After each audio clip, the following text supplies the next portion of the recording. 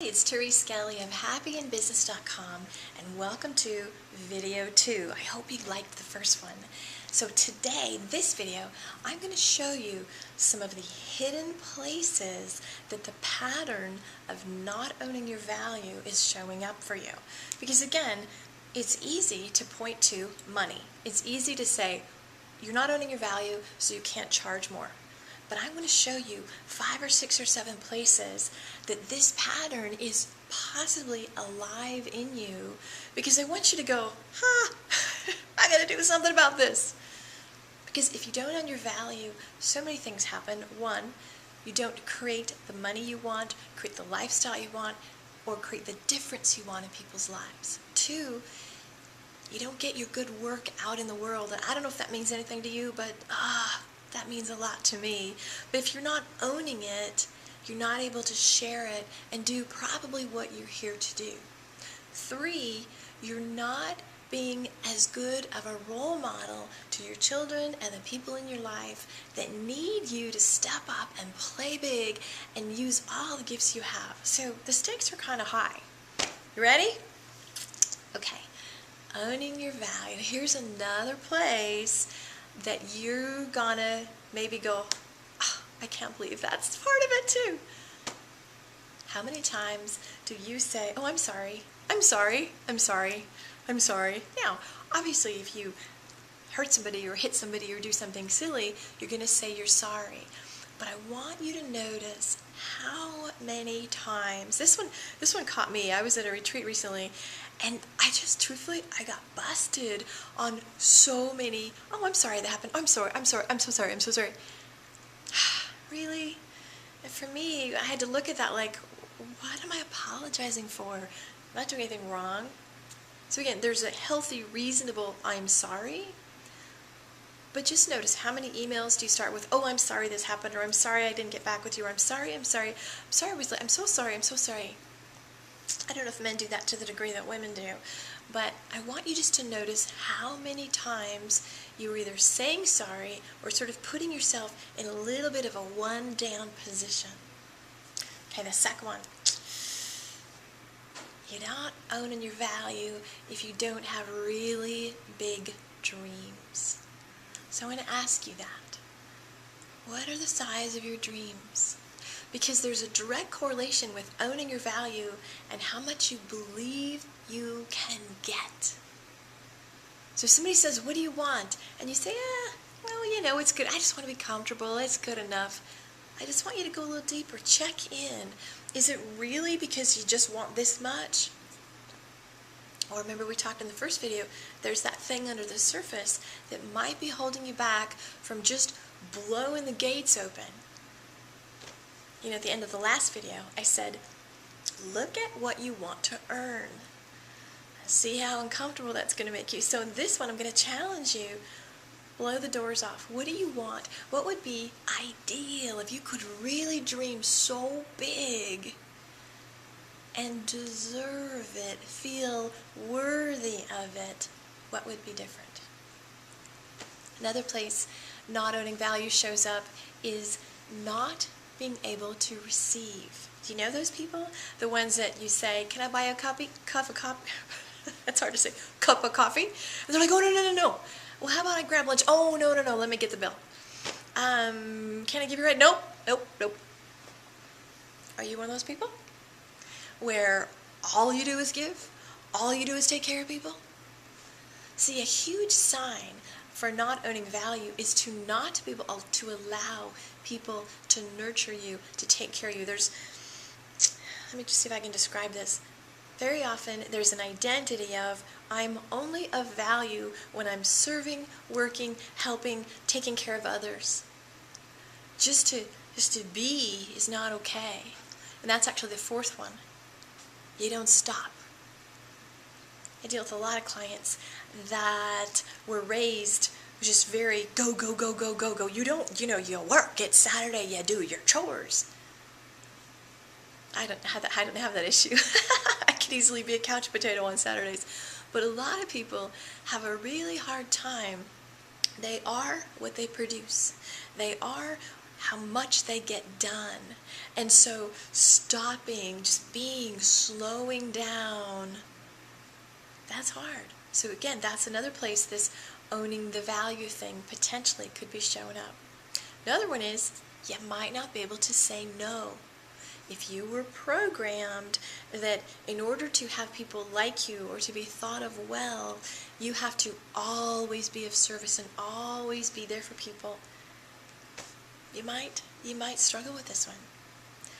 Now let's just look at business. Do you ever say no to clients?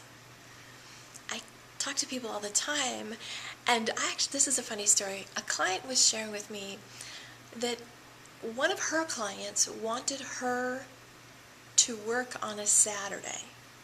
And her client actually was kind of bitchy. And my client starts defending all the reasons. And I said, whoa, hey. Why are you even in that conversation? Why in the world would you even have to defend? Because my client's saying, look, I don't have a lot of time off and it's my one day. And I just stopped her. I said, what are you doing? Why are you even defending not working? It's your business. But she was so worried about saying no, because what if they got mad, and what if they didn't like her, and what if? So here's one way. Are you training your clients, your loved ones, your family, your friends? Are you training them how to value you? Because you're the one that is creating the experiences you get back. I say we always train people how to treat us. And so if you're getting less than great treatment, if you're having people that are kind of abusing you or manipulating you or not treating you as the person of value, let's look at that. So that's another place. The people in your life, what are they like? I don't want you hanging around with anybody that doesn't view you as really special. Like, they should look at you and go, oh, yay, lucky me, I get to be around you. Now, if you have anything less, it's because you are allowing people to not value you. All the people in our lives are really reflections. So if there's somebody that is putting you down or somebody that is not seeing the brilliance of you, it's really, they're magnifying a part of you back to you. Might sound kind of harsh, but it's kind of like if you don't know it, you can't change it. So I want you to take a really honest look and say, am I digging how everybody is in my world right now? And just look at that.